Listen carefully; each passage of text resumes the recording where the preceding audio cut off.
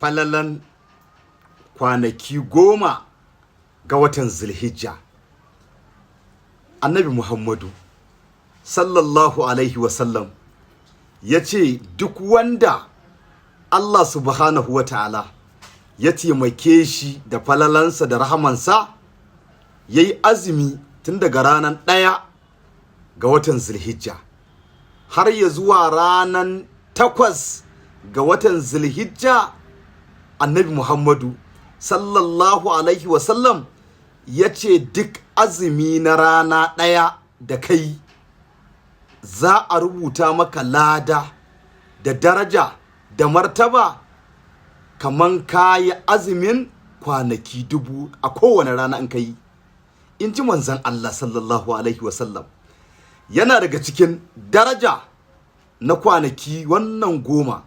Annabi ya ce duk wanda Allah ya bashi dama yayi azumin ranan 8 ga wata, Annabi sallallahu alaihi wasallam ya ce irin ladan da darajan da Allah zai baka lada kaman irin ladan da aka ba annabin Allah Annabi Ayyuba Sabir wanda ya yi na haƙuri akan bala'in da ya same shi. Sannan Annabi Muhammadu sallallahu alaihi wasallam ya ce kuma Allah subhanahu wa ta'ala Allah zai baka lada